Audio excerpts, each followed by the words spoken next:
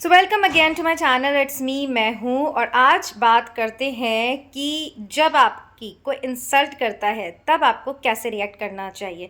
जी हाँ, छोटा सा वीडियो बनाएंगे, एक दो टिप्स दूंगी। देखिए, जब भी कोई हमारी इंसल्ट करता है तो हमें बुरा तो बहुत लगता है ऑब्वियसली, बट आप ये सोचिए अगर वो सही चीज़ बोल रहा है, जैसे अगर हम वेल ड्रेस्ड अप नहीं हैं, कोई हमारी बुराई करता है, या अगर कोई हमें नीचा दिखाता है बिना मतलब, तो आपको कोई चिंता करने की ज़रूरत नहीं है। आपको बस ये गाना याद रखना है। कुछ तो लोग कहेंगे, लोगों का काम है कहना, बट अगर आपको इंसल्ट से हर्ट फील होता है तो अपने आप को स्ट्रॉन्ग बनाने की ज़रूरत है।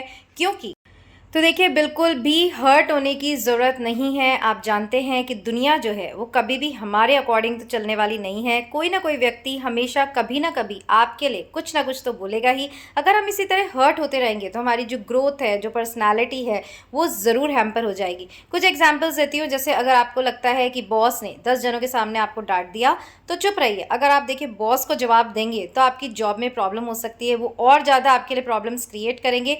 बट वहीं अगर आप चुप रहकर ये एनालाइज करेंगे कि जो भी बॉस ने कहा क्या वो सही है, तो यस, उस पर वर्कआउट कीजिए, उसका जवाब जो है अपने काम से दीजिए।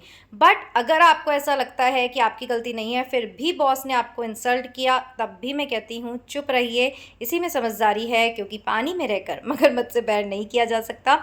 और अगर आपको लगता है रिलेशनशिप्स में, फैमिलीज़ में अगर आपकी इंसल्ट होती है, तो भी अपने मन को इतना मजबूत बनाइए कि कोई उसमें ज़रा सा भी कंकर फेंके तो इसका असर आपके शरीर, मन और प्राण पर नहीं होना चाहिए। जानती हूँ जी, बहुत मुश्किल होता है हम, पर आप ये देखिए ना, जिसने आपकी इंसल्ट करी वो आराम से अब खा रहा है, पी रहा है, अपने काम कर रहा है, और हम उसकी वजह से जल रहे हैं अंदर से। अरे वो तो भूल भी गया, इंसल्ट करके भूल भी गया, और हम अंदर से जल रहे हैं कि काश हम ये कह देते, हम वो कह देते।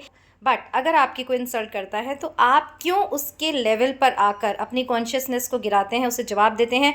और देखिए, अगर कोई गुस्सा करना चाहता है, इंसल्ट करना चाहता है, तो उसके जो मन और प्राण के द्वार है वो सब तो पहले ही लॉक्ड हो चुकी हैं, ब्लॉक्ड हो चुकी हैं। कोई भी बात उन पर असर नहीं करेगी। तो इसलिए अपनी एनर्जीज बचाइए, अपने लिए जो प्रोडक्टिव है उस पर वर्क कीजिए। और जब आप उस ऊंचाई पर पहुंच जाएंगे तो ये इंसल्ट करने वाले बहुत नीचे रह जाएंगे। कभी आपने ईगल को देखा है? जब कबूतर उसे तंग करते हैं तो वो अपनी उड़ान ऊंची कर लेता है कि कबूतर उस तक पहुंच भी ना जाए, ना कि वो उन पिजन्स से उलझता है, बल्कि अपनी उड़ान ऊंची कर लेता है। तो यही आपको करना है।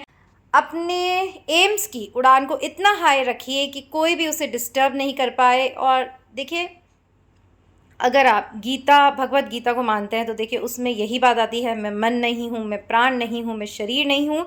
इसलिए अगर आपको अपने आप को एक स्ट्रॉन्ग सोल बनाना है तो थोड़ा सा मेडिटेशन करिए, स्ट्रॉन्ग बनाइए। और एक बात याद रखिए, कोई भी व्यक्ति इस दुनिया में ऐसा नहीं, अरे लोगों ने भगवान को भी नहीं छोड़ा, उन पे भी आरोप लगाए, उनको भी उल्टा सीधा बोला, तो आप और हम तो जी क्या ही चीज़ हैं।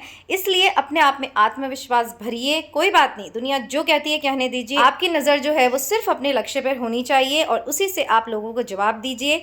इंसल्ट्स को तब आप अच्छे से हैंडल कर पाएंगे अगर आप ये मान के चलेंगे कि अगले का मुंह है, जो कहे वो कह सकता है।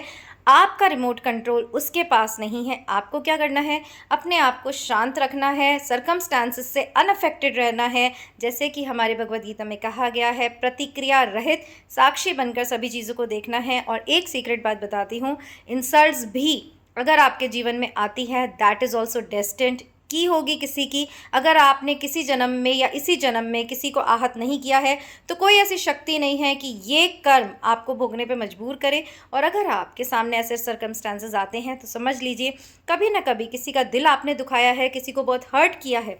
तो देखिए, अब आप सोचिए, अगर मैंने किसी को हर्ट किया, मान लीजिए मैंने किसी को हर्ट किया और वो मुझसे पावरफुल नहीं है, उसने उस समय सुन लिया, बट उसने मन में क्या बोला होगा? हे भगवान, मैं तो इसका कुछ नहीं कर सकता, तू इसको बता देना।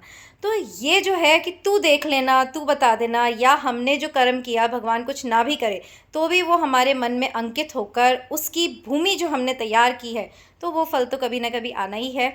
जी नहीं, बिल्कुल नेगेटिव नहीं होना है, सिर्फ आपको हिम्मत दे रही हूँ। अगर आप सोचेंगे जो कुछ भी आपके साथ हो रहा है वो आपका अपना है, तो सीरियसली आधी जंग जो है आप जीत जाएंगे, आप लोगों से उलझेंगे नहीं, उनसे आहत नहीं होंगे, अपने एनर्जीज वेस्ट नहीं करेंगे। इतना सा सोचना है, किसी ने आपका अपमान किया, वाह भगवान हमारा एक कर्म कटा, ऐसा नज़रिया अगर आप रखेंगे तो ज़रूर से आप बहुत ही पावरफुल स्ट्रॉन्ग सोल बन जाएंगे और दुनिया आपकी मुट्ठी में होगी।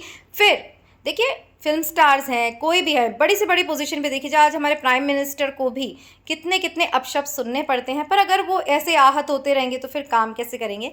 तो ऐसे लोगों से सीखिए और अपने जीवन को बनाइए सुंदर और सशक्त।